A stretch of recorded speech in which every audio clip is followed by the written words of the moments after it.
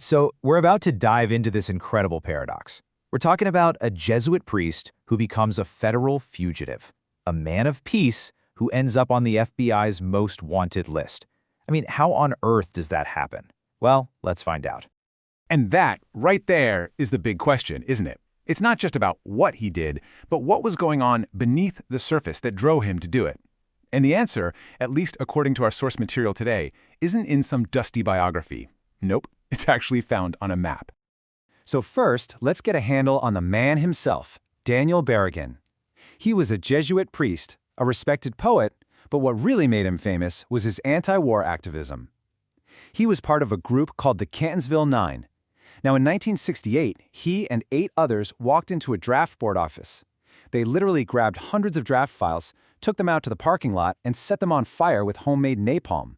Yeah, that single act of protest landed him a prison sentence and a spot on the FBI's most wanted list. So, how in the world do we start to make sense of a journey like that? Well, our guide for this whole explainer is a book called the AstroCartoGraphy Book of Maps, and it puts forward this pretty wild idea that where we are on the globe can actually light up different parts of our personality, and even our destiny. It is a really fascinating way to look at a complex life like Berrigan's. The technique is called AstroCartoGraphy, and here's how it works. It takes your birth chart, that astrological snapshot of the sky the moment you were born, and it projects it onto a world map. This creates this whole web of lines, and each line is connected to the energy of a specific planet. And the idea is if you physically go to one of those lines on the map, that part of your personality just gets amplified. You can think of it like a personal energetic GPS for your life's purpose. And this is it. This is Daniel Berrigan's personal map, pulled right from the source. I mean, look at this thing. At first glance, it just looks like a bunch of random lines on a map, right? Like some kind of weird flight chart. But according to this theory, every single one of those lines points to a place of huge personal significance.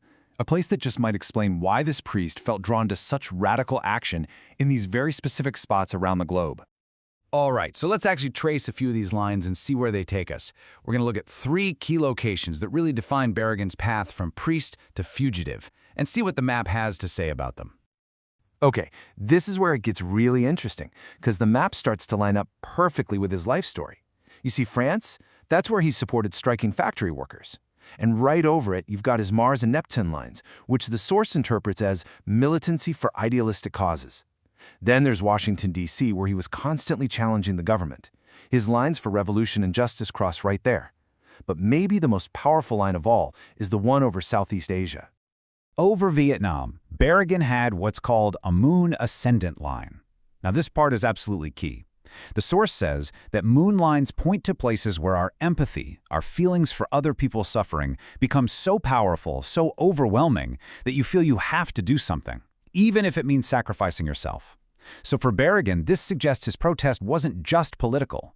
It was a deeply personal, almost unavoidable emotional response to what was happening there. And get this, the source points out something incredible.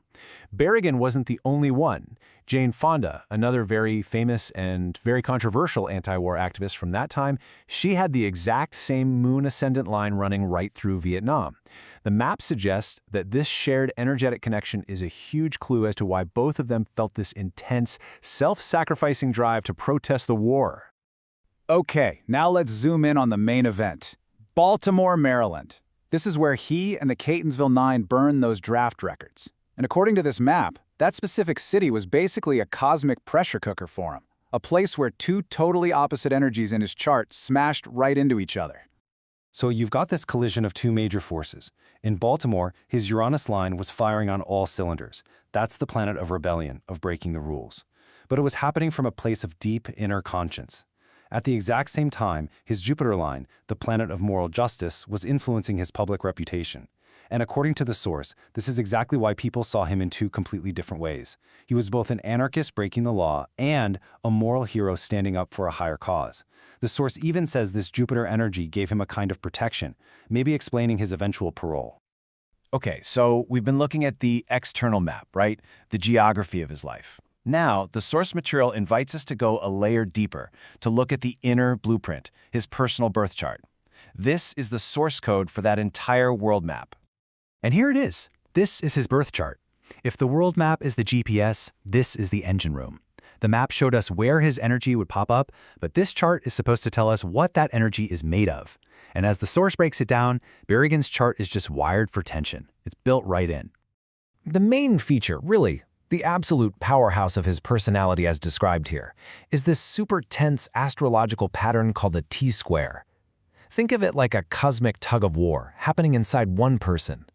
There are these competing drives that are constantly pulling at each other, creating a person who feels almost forced to take action just to release all that pressure. So, what does that tug-of-war actually look like? Well, the source breaks it down into 3 key parts. First up, you've got that rebellious impulse from the planet Uranus. Then, you've got the drive for a higher moral cause from Jupiter. And the third piece of the puzzle? Both of those powerful energies are in a direct clash with the planets representing his identity and his voice. This puts him on what the source sees as an inevitable collision course with authority, with the law, with the establishment, you name it. But wait, there's more. The chart has a few other little clues that really fill in the picture.